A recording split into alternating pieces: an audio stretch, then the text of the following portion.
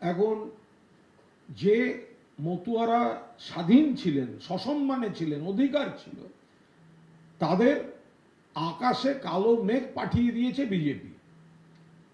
নাগরিকত্ব অনিশ্চয়তার মধ্যে পড়ে গিয়েছে। আজকে কোন বিজেপি নেতাকে বলতে হচ্ছে যে এটা তাদের স্যাক্রিফাইস, আত্মত্যাগ। কিসের আত্মত্যাগ? একজন জেনুইন ভোটার কোন সাহসে তাদের নাম কেটেছেন? কোন লজ্জায়, কোন মুখে তাদের সামনে এসে ভোটের কথা বলছেন?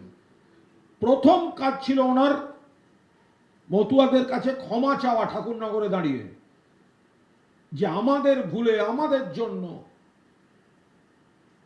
আপনাদের নাগরিকত্ব এবং ভোটাধিকার নিয়ে অনিশ্চয়তা তৈরি হয়েছে। বহু মানুষ এখনো ভোটার লিস্টে নেই।